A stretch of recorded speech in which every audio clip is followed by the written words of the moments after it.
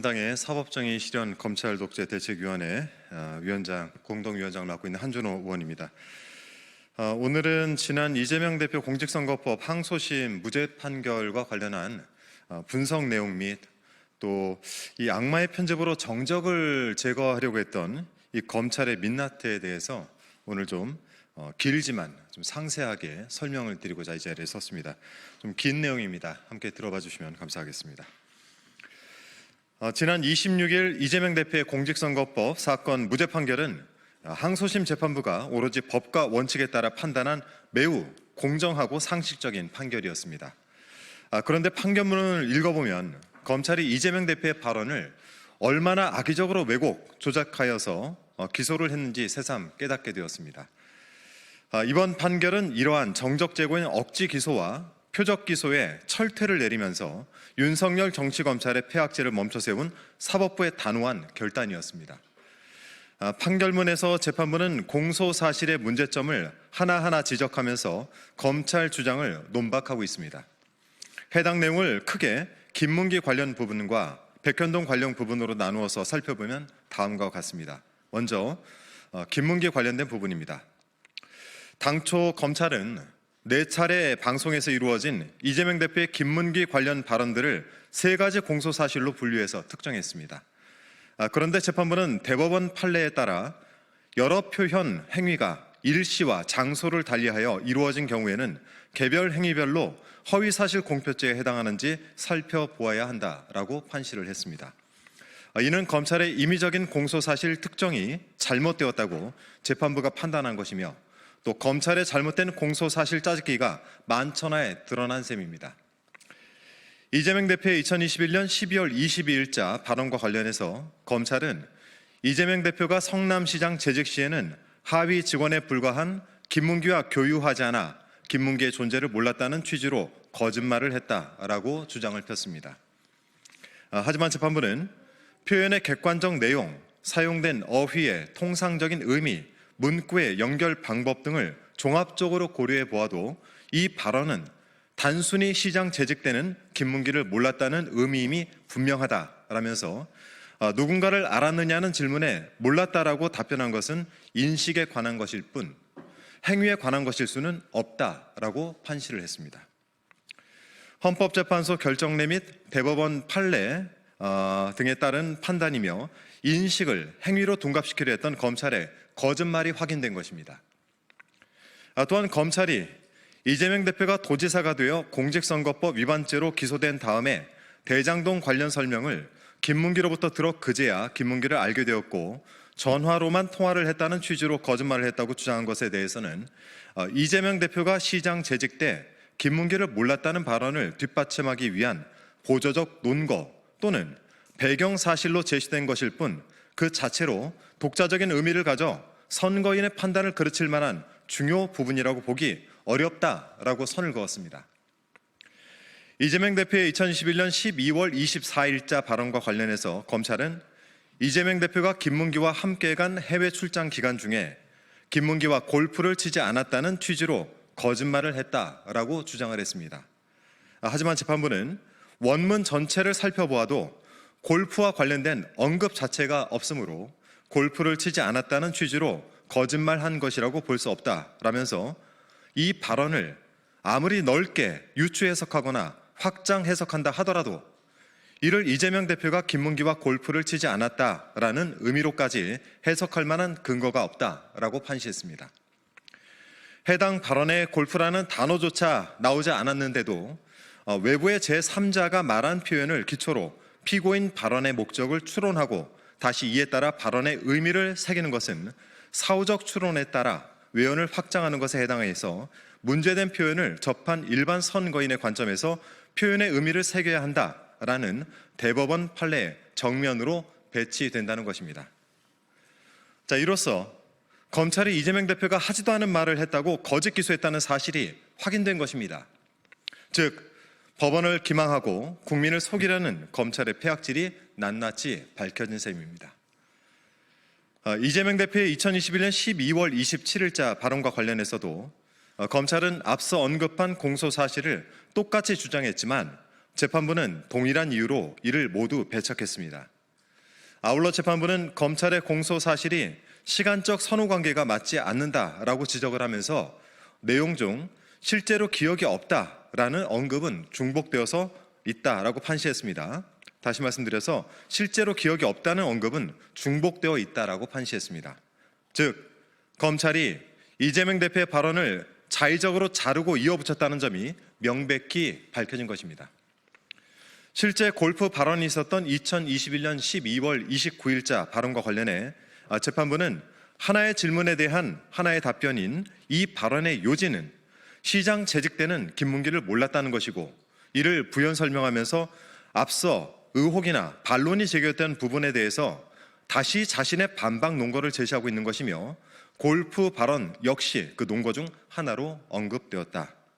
따라서 골프 발언이 그 자체로 독자적인 의미를 가진다고 보기 어렵다며 검찰의 주장을 일절 받아들이지 않았습니다. 또한 국민의힘 박수영 의원이 2021년 12월 23일 자신의 SNS에 게시한 사진은 해외의 어느 곳에서 10명이 한꺼번에 포즈를 잡고 찍은 원본 중 일부를 이재명 대표와 김문기를 포함한 소수만이 한 프레임에 들어갈 수 있도록 떼내서 보여준 것이라는 의미에서 조작된 것으로 볼 수 있다라면서 이 사진에 대해서 해명을 하면서 나온 골프 발언은 이 사진은 조작된 것이므로 김문기와 함께 골프를 친 사진이 아니다라는 의미로 충분히 해석할 여지가 있다라고 판단했습니다. 이는 대법원 판례와 의심스러울 때는 피고인의 이익으로라는 오랜 법률 격언에 따른 당연한 귀결이며, 검찰이 형사법의 기본 원칙도 무시한 채 사실을 왜곡해서 기소했다는 점이 재차 확인된 셈입니다. 이어서 백현동 관련 부분입니다. 검찰은 이재명 대표가 2021년 10월 20일 경기도에 대한 2021년도 국회 국토교통위원회 국정감사에 출석해서 한 발언 중 문진석 위원의 질의에 대한 답변 전체를 허위 사실로 특정했습니다. 그리고 이 발언을 통틀어 이재명 대표가 백현동 부지와 관련해서 국토부의 혁신도시법상 의무 조항에 근거한 용도지역 변경 요구를 받고 불가피하게 피고인의 방침과 달리 백현동 부지의 용도지역을 녹지지역에서 준주거지역으로 변경하였다. 그 과정에서 피고인이나 백현동 부지의 용도지역 변경 관련 업무를 담당한 성남시 공무원들이 국토부 주무부서를 비롯한 국토부 공무원들로부터 혁신도시법상 의무 조항에 근거해서 용도지역 변경을 해주지 않을 경우 직무유기를 문제 삼겠다는 협박까지 받았다 등 두 가지 거짓말을 한 것으로 기소를 했습니다. 그런데 재판부는 백현동 관련 발언은 시간적 흐름에 따라 세 가지 발언으로 나눌 수 있다면서 백현동 부지 용도지역 변경과 관련해서 국토부가 요청해서 한 일이고 공공기관 이전 특별법에 따라서 저희가 응할 수밖에 없는 그런 상황이었다라고 답변한 모두 발언, 그 경과를 구체적으로 서술한 설명 발언, 그리고 이를 요약해서 백현동 부지의 용도를 바꿔준 것은 국토부의 법률에 의한 요구에 따라 어쩔 수 없이 한 것이다 라고 한 정의 발언으로 이렇게 세 가지로 구분을 했습니다. 설명 발언은 공공기관 종전 부지에 대한 정부 방침을 언급한 부분, 성남시가 기자회견을 통해 정부 방침에 대해 반대 입장을 표명했다는 부분, 성남시의 비협조에 대한 국토부의 압박을 언급한 부분, 국토부의 압박에 대한 성남시의 대응 및 그 결과를 이야기한 부분, 백현동 부지 용도지역 변경 원인과 그 대가로 얻어낸 성남시의 공공기여분을 설명한 부분을 차례대로 정리했는데, 재판부가 공소 사실만으로 판단하지 않고 이재명 대표의 실제 발언을 시간 순서대로 정리했다는 점에서 검찰의 기소가 공소 사실 특정 단계부터 문제가 있음을 사실상 인정한 것입니다. 검찰은 이재명 대표가 국토부의 혁신도시법상 의무 조항에 근거한 용도적 변경 요구를 받고 불가피하게 피고인의 방침과 달리 백현동 부지의 용도 지역을 녹지 지역에서 준거 지역으로 변경하였다는 거짓말을 했다고 주장을 합니다. 하지만 재판부가 제대로 정리한 실제 발언에 따르면 설명 발언 중 첫 번째부터 세 번째 부분까지는 성남시 공공기관 종전부지 전체에 대한 내용이고, 네 번째 부분은 백현동 부지를 제외한 나머지 공공기관 종전부지에 대한 내용이며, 마지막 다섯째 부분이 백현동 부지에 대한 내용임을 알 수 있습니다. 즉 이재명 대표가 세 번째 설명 발언을 하면서 활용한 패널에 의무 조항이 적혀 있었는데 이는 5개 공공기관에 관한 것이고 백현동 부지에 대한 내용은 아니었다라는 뜻입니다. 이재명 대표는 백현동을 설명한 마지막 부분에서 법률상 근거들이 명시된 국토부의 공문을 들어 보였는데 재판부는 이 의무 조항이 적힌 패널이 아닌 이 공문을 새로운 보조 자료로 제시한 이상 백현동 부지에 관하여만 언급한 정리 발언에 법률에 의한 요구를 그 문헌과 달리 이 사건 의무 조항에 근거한 요구로 한정해서 해석하는 것은 자연스럽지 않다라고 판시했습니다. 백현동 관련 발언의 의미는 문헌 그대로 국토부의 법률에 의한 요구에 따라 어쩔 수 없이 백현동 부지의 용도 지역을 변경하였다는 것이지 공소사실로는 도저히 해석할 수 없다는 뜻입니다.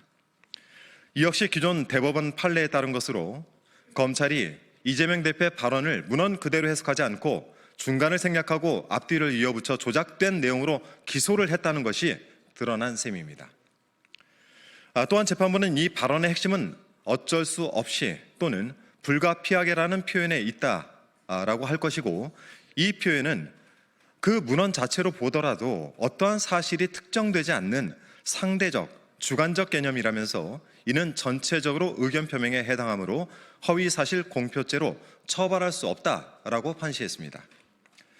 헌법상 표현의 자유의 우월적 지위, 형법 법규 해석의 원칙에 비추어 어느 범죄에 속한다고 단정하기 어려운 표현인 경우에는 원칙적으로 의견이나 추상적 판단을 표명하는 것으로 파악해야 한다는 대법원의 판례에 따른 당연한 결론입니다.